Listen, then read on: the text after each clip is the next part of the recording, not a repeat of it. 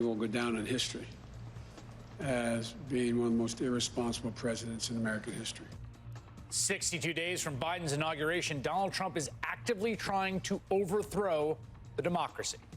What we keep reading and hearing in the censored press, which is that we have no evidence. I know crimes. I can smell them. Tonight, the governor of Michigan on Trump's subversion of the election in her state. Today's dangerous display by the president's attorneys and how his silent enablers are complicit in a coup attempt. I'm more troubled that you're seeing a lot of Republican officials go along with it. Why the White House is finally coming clean on America's COVID catastrophe, but still blocking the Biden team from helping.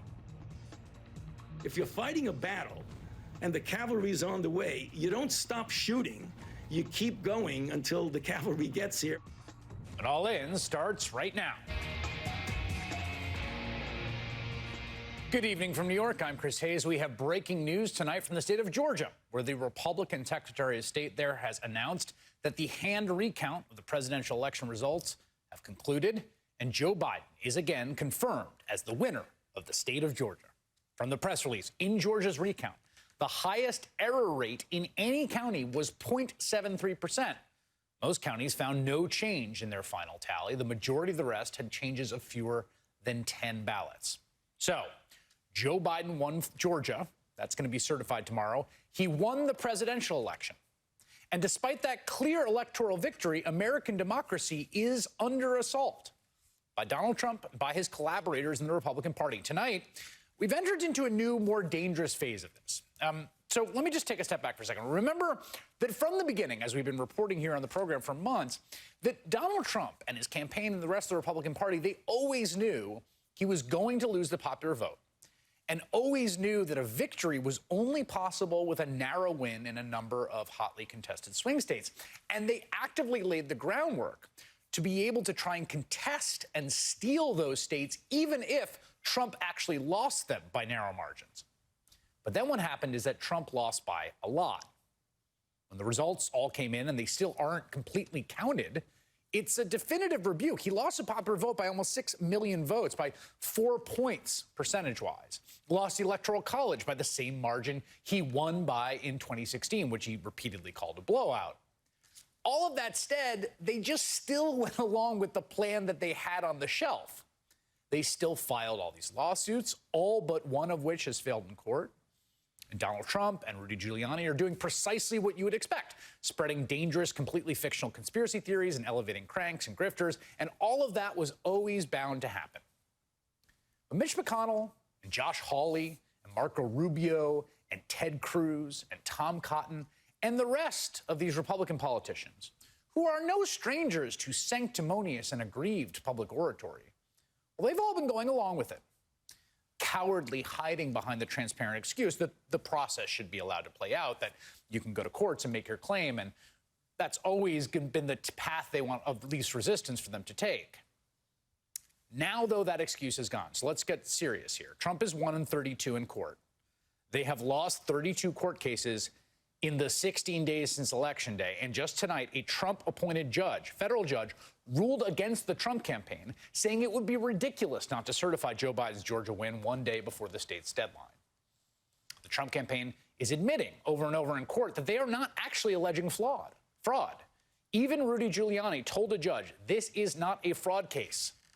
Their legal strategy has been reduced to the spectacle today at the Republican National Committee headquarters in Washington, a darkly comedic and humiliating performance for all involved, with the president's last legal hope, Rudy Giuliani, sweating in front of the national media with some kind of undetermined dye running down his face, while Trump campaign lawyer Sidney Powell made truly wild allegations about how the election was rigged by communist money from Venezuelan dictator Hugo Chavez, who has been dead for 7 years. That's where we are. This is where we are. So we are now seeing the actual coup attempt. This is not about recounts that they are entitled to under law. It's not about barrages of frivolous lawsuits over this 100 ballots or that 100 ballots or signature matches. No, it is an attempt to use Republican loyalty to Donald Trump to subvert and frankly overturn the results of a Democratic election.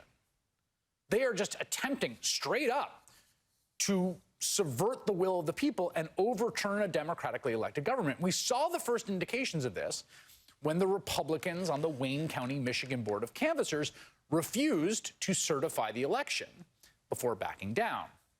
Well, then today, the Republican chair of the four-person committee, Monica Palmer, said the president called her himself after the meeting ended.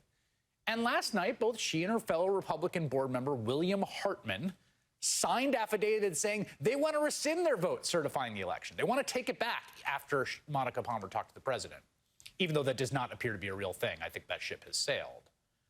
Now, Trump has also invited the Republican leaders of the Michigan House and Senate to meet with him at the White House tomorrow, even though both have said they have no plans for any long-shot maneuvers aimed at the Republican legislature naming an alternate set of pro-Trump electors for Michigan. They're trying to just overturn the election and install the president in power.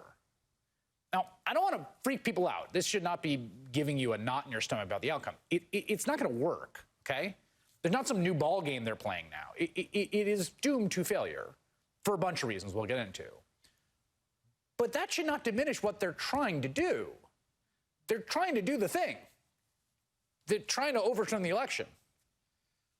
Today, in an exclusive interview with Jonathan Capehart, which is coming up tonight at 10 p.m. on MSNBC, President Barack Obama pointed out it is not just Donald Trump who is to blame here. Joe Biden is going to be the next president of the United States. Kamala Harris will be the next vice president.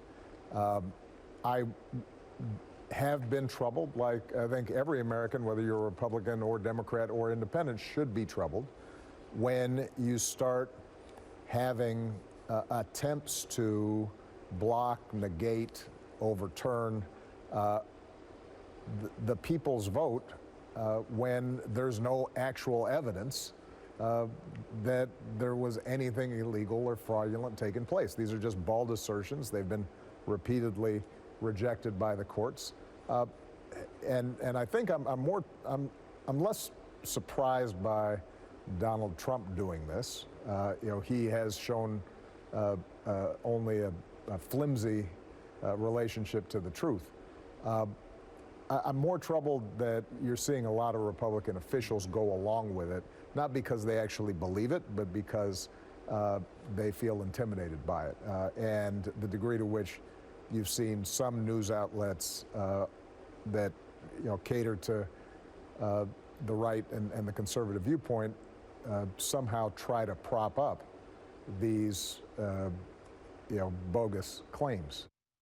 Again, that full hour-long interview coming up at 10 p.m. tonight after the triumphant return of Rachel Maddow, which I am looking forward to. But President Obama's right? Republican officials are on board with the plan. And if they are not, they have to speak up to let us know they are not. Trump and Giuliani are spouting horribly toxic conspiracy theories. They are running around, pouring gasoline and lighting a bunch of matches, and all those excuses about letting the process play out are gone now. Okay? So Republican politicians, Josh Hawley, Marco Rubio, Ted Cruz, are you okay with this? Are you okay with holding an American election and they're just ignoring and overturning the results? Yahoo News political correspondent John Ward, great reporter, tweeted, quote, "I have emailed spokespersons for all Republican senators about Trump's pressure campaign in Michigan and have not heard back from any yet." This is classic. We've seen this 100 times during the Trump years. It's the classic Republican, I didn't see the tweet, but for the end of the American experiment. A lot of people, myself included, have said, imagine if it were closer. Imagine what happens the next time around. But the fact of the matter is that 40 to 45% of the country, somewhere maybe 35 to 45% of the country, is getting information from sources that are telling them the election was stolen and fraudulent. And some of them are going to do things about it. The Republican National Committee actually tweeted out this clip from their official handles today of Sidney Powell at the press conference earlier today. American patriots are fed up with the corruption from the local level to the highest level of our government, and we are going to take this country back. We are not going to be intimidated. We are not going to back down. That was during her performance where she talked about Hugo Chavez and the communist money, and also that Donald Trump won in a landslide and they're going to prove it. Now, this is the RNC, the official organ of one of our two major parties, tweeting out the president's lawyer saying this. And we have seen over and over since the election what it looks like when people take this seriously. The Democratic Secretary of State in Arizona has gotten death threats. The Republican Secretary of State in Georgia has gotten death threats. New court filings claim that the nationalist terrorists who plotted to kidnap Michigan Governor Gretchen Whitmer had another plan, a plan B that involved a takeover of the Michigan Capitol building by 200 combatants who would stage a week-long series of televised executions of public officials, and also a plan C, and that was burning down the State House, leaving no survivors. That's the danger when the president poisons people's minds with lies and conspiracies.